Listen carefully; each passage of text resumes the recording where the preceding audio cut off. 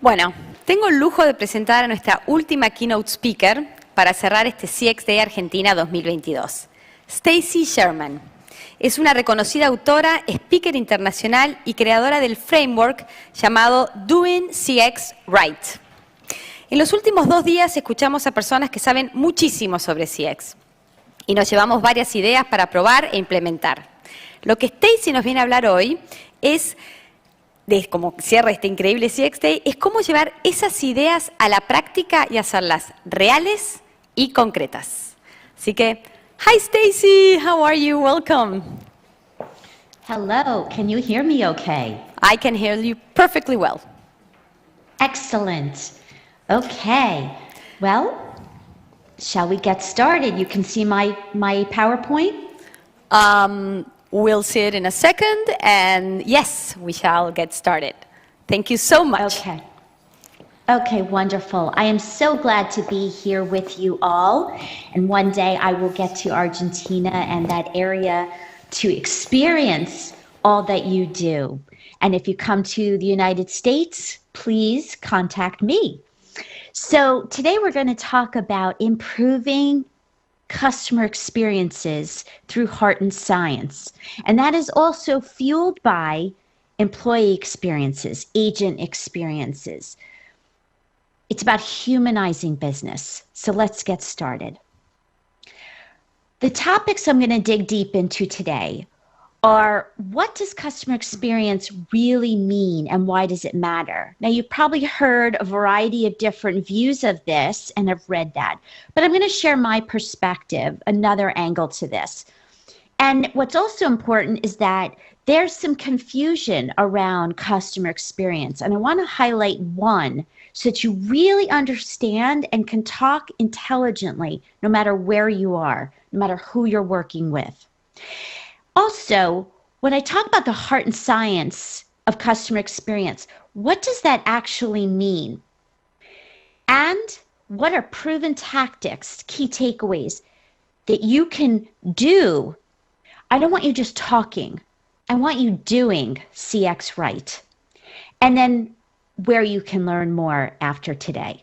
So let's go forward.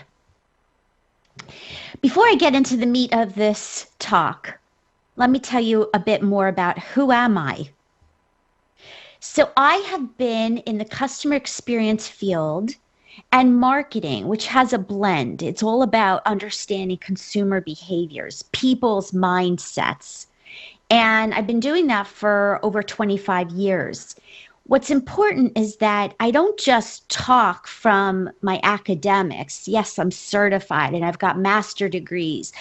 But it's about doing the work and doing it in different industries, big companies, small companies, even big companies that have entrepreneurial divisions.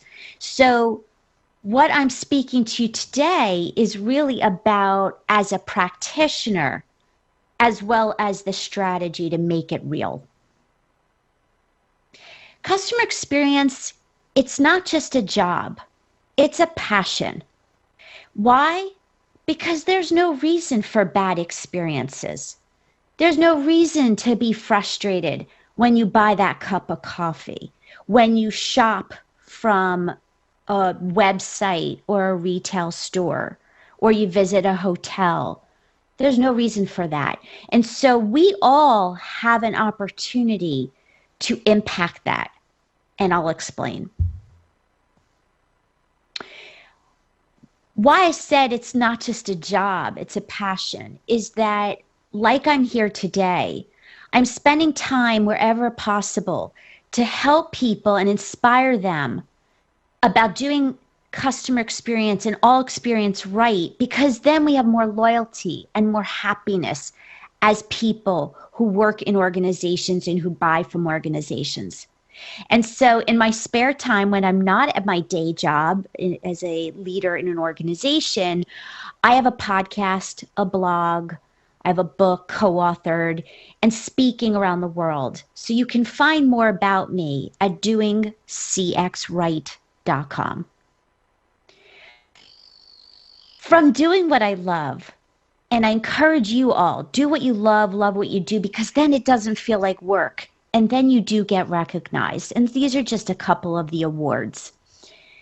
Most importantly, I am a mom of 2 young adults. They're not kids, they're not adults in their 20s, and 2 non-human pets. I have a puppy and an older dog.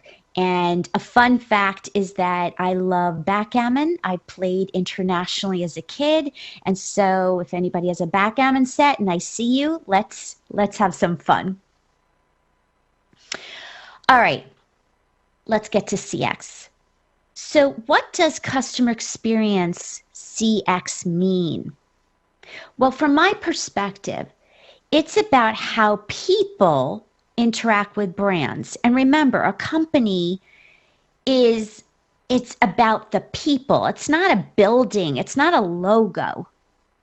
And so customer experience is really looking at it holistically, about how human beings think, feel, expect, perceive at the different interaction points, at micro moments. So take, for example, if you're buying a cell phone, first, how are you going to learn about that new cell phone, that new launch of whatever iconic brand? How are you going to learn about it? Is it social media? Is it a trade show? Is it an event? Is it you shopping and looking at different websites? Well, learn and awareness is an important part that companies have to understand for their buyers. Where are they?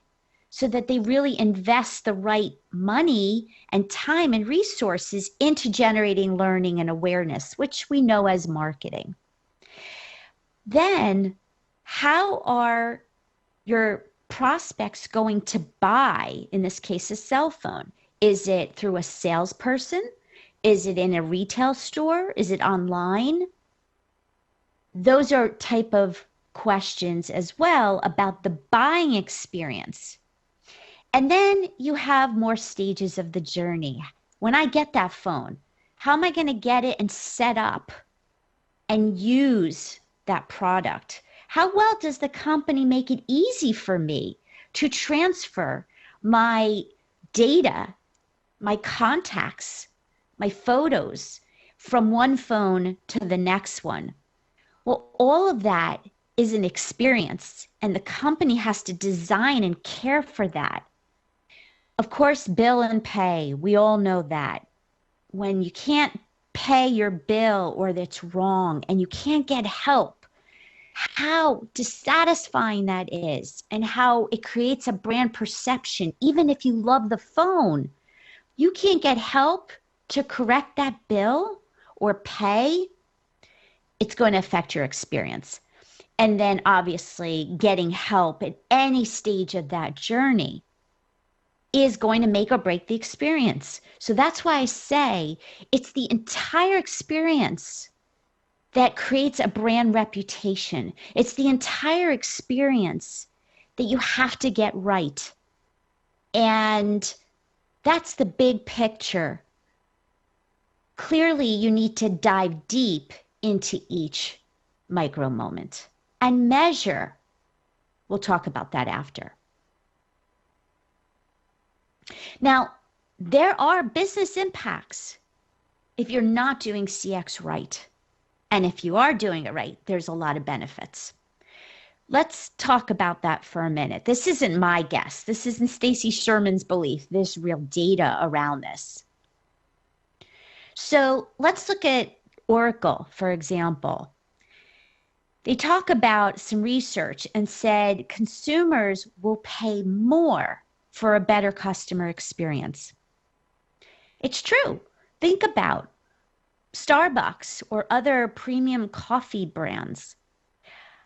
I don't like paying extra for coffee, but I do because it's the entire experience from the minute I walk into the store and even use the app to order my coffee.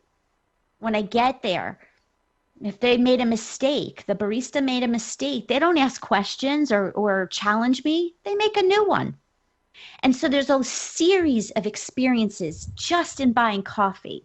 So therefore, I will pay extra for that experience. And many, many companies and brands and products and services, that rule applies. Also, when you do it wrong, there's a financial impact. So take this example again. Consumers that began doing business with a competitor following a poor customer experience, 89%, indicated their tolerance, their patience is low. And in fact, after a pandemic, it's getting even lower. We need things right, and you can't afford to get mistakes. Why? I love this quote. It takes 12 positive experiences to make up for one bad one unresolved negative experience. And guess what? Sometimes customers don't even tell you. They just leave. So you have to get it right early on. And if you make a mistake, you have to own it. What is the confusion about customer experience? Well, there's a lot, but I'm going to focus today on one because I want you really educated around this topic. So the one point of confusion, as we talked about the journey, customer experience and customer service are not the same. Let me say that again. Customer experience and customer service are not the same. Customer service is really at that point in time where people are calling in for help. Customer experience is that broad, holistic experience. Now, if people can't get help, it affects the entire experience. So let's talk about that for a minute. And by the way, if the beginning part of the journey is great, I learned about that cell phone, I was able to buy it very fast, it was shipped to me really quickly, I got my data transferred and I'm using it, no problem paying my bill. But then all of a sudden I get stuck and I need customer service. If the entire experience before was fabulous, but now that customer service rep is not empathetic, is not helpful, guess what? I'm going to have a perception of the entire journey. One small problem will affect. So when you think about customer service, it's typically a department, an organization, customer service organization, where customer experience is really owned by everyone. And it's about the experience when you talk about the holistic view, and it's everywhere in the experiences that you have with the company. Also, it's the summation, customer experience is the summation of all those journey points where getting help, as I talked about, was like that single micro moment in that journey. And typically people are calling for help because there's a problem, whereas the rest of the journey is about much more about feeling and sentiments and experiential. And also, customer service is usually where you're reacting.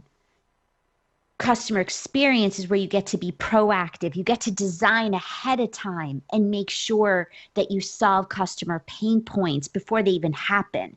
Customer service is really about my phone is broken. There are clear reasons, and you have your agents in place to be reactionary.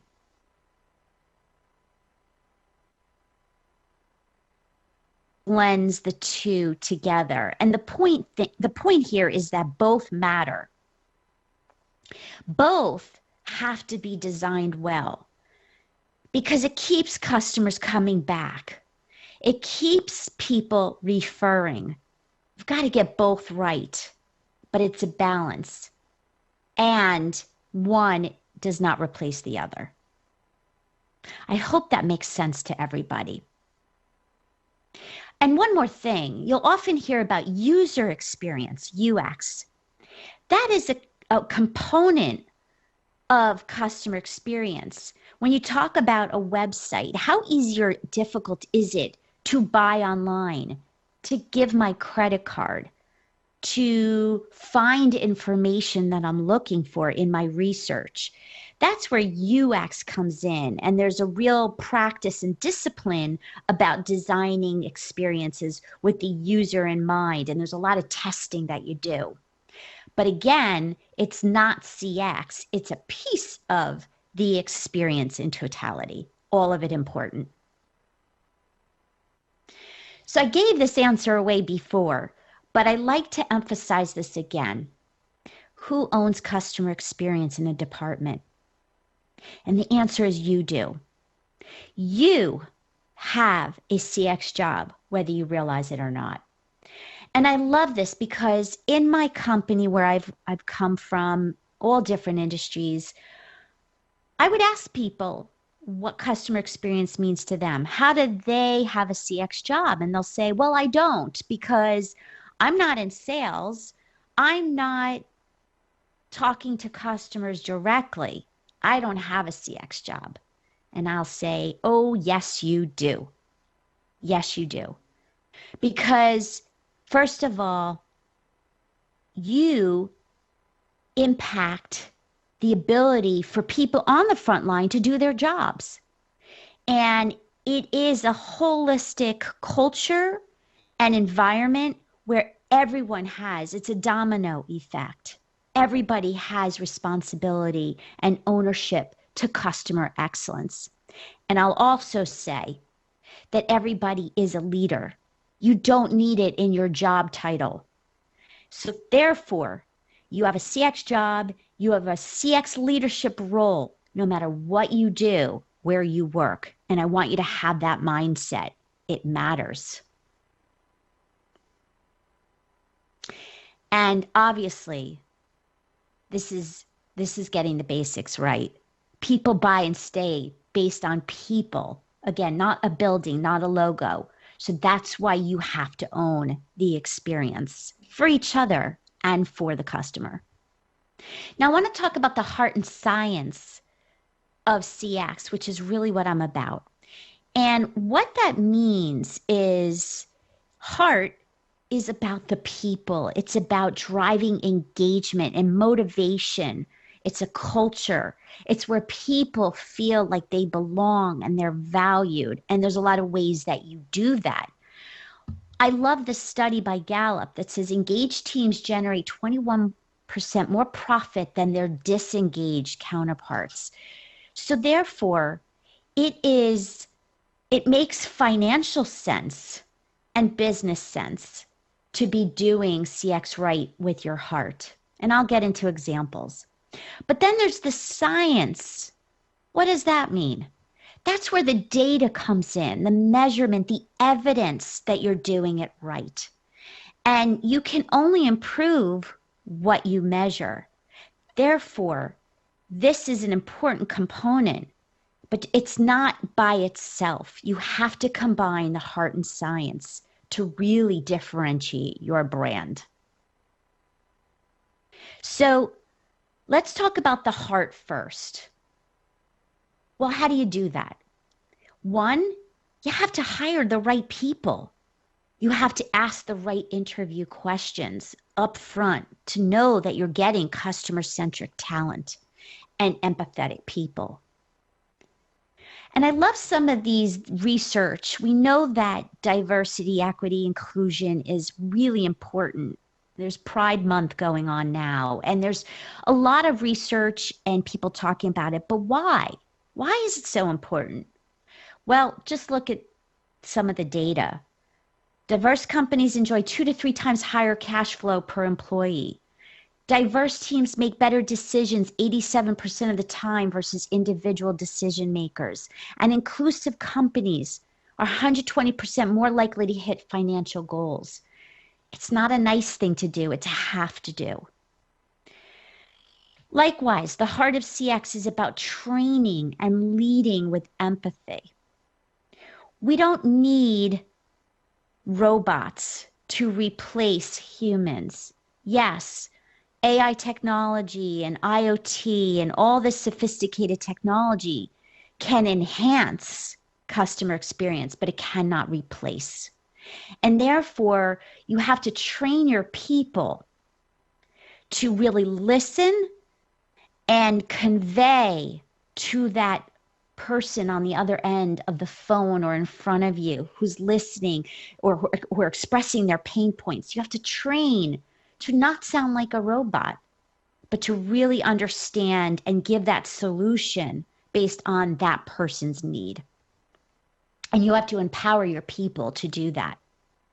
Customer service agents, sometimes I'll find that they're reading from a script and I can feel it. I can see it. And I don't feel the empathy. I don't feel the care. So you have to empower your people to do right. And then celebrate your employees. A lot of times customers give you feedback in their surveys, in various ways online. They'll mention people. They'll mention your employees. Take that information and actually say thank you privately, publicly. And when people are not doing something right, coach them on what better looks like. What a golden opportunity. And focus on people's emotions and sentiments. There's a way to really measure that. And there's no cookie cutter approach. There's no standard way. You need to personalize because in a pandemic and post, we've changed and you can't assume you know. So make sure that as a leader and as a colleague and as a friend, you really understand where others are coming from and be there in the way they need it. So that's the heart. And there's a lot more, but let's get to the science. So how do you measure that you're doing customer experience right? Well, there's the traditional Net Promoter Score, which is about how likely you're going to recommend a product or a service. But also there's customer satisfaction. There's level of effort. These describe the why customer NPS, why someone will or won't refer. If it's really hard, a high level of effort to be able to get help with that cell phone I talked about before, guess what? They'll go somewhere else. They'll return it quickly within onboarding and paying. They'll cancel. But there's also sentiment scores. In your surveys, in your focus groups, ask people questions around feeling. And then look at other data around how long are people staying? How fast is that first call resolution happening? Are you fixing the problem the first time? Are people referring? Whether or not you have a referral program, ask people how they know about your brand, what brought them there.